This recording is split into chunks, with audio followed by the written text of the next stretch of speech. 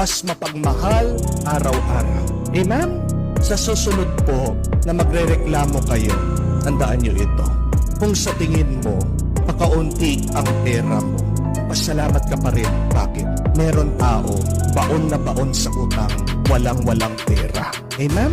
Sa susunod na magrereklamo ka, lalong-lalo na yung mga anak niyo po, na hindi masarap ang pagkain, sabihin niyo po magpasalamat. Bakit? Merong mga bata, merong mga tao, hindi kumakain, walang pagkain.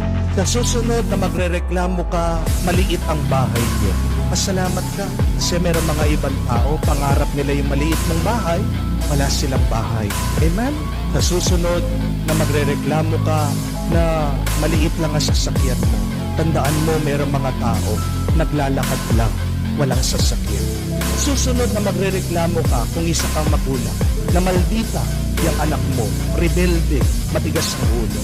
Tandaan mo, meron mga ibang magulang nangangarap magkaroon ng anak. Amen?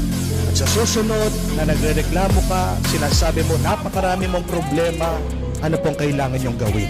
Lumiti ka, smile. Bakit? Magkano po ang ngiti nyo? Magkano pong ngiti ngayon? Ha? Di ba libre lang? Kung kaya mo pang makangiti, ngumiti ka.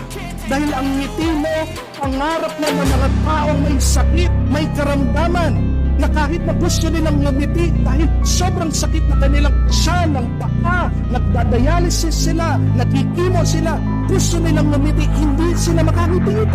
Ikaw hindi ka nagkikimo, hindi ka nagdadialysis, hindi masakit ang paa mo. Yung iyong health, sobra-sobra yan sa 1,000,000. Amen? Magkano po ang naho-hospital ngayon? Na-hospital ka, ubus ka. Amen? Kaya kung wala kang sakit, ngumiti ka. Meron palaging dahilan para magpasalamat sa Diyos. Dahil pag tayo nagpapasalamat sa Diyos, isa lang ang ibig sabihin, may utang na loob tayo sa Diyos. At tanong ko po sa inyo, sinong gusto niyong binibigyan? Sinong gusto niyong palaging tinutulungan? Yung marunong magpasalamat o hindi nagpapasalamat? Nagpapasalamat, hindi po ba? Sinong gusto mong tinutulungan? Yung may utang na loob o walang utang na loob? Yung may utang na loob, hindi po ba? Sinong gusto mong tinutulungan? Yung nag-appreciate o yung nagre-reklamo pa? Yung nag-appreciate. Tandaan niyo po, what magnifies the blessing, what multiplies the grace of God is always thanksgiving.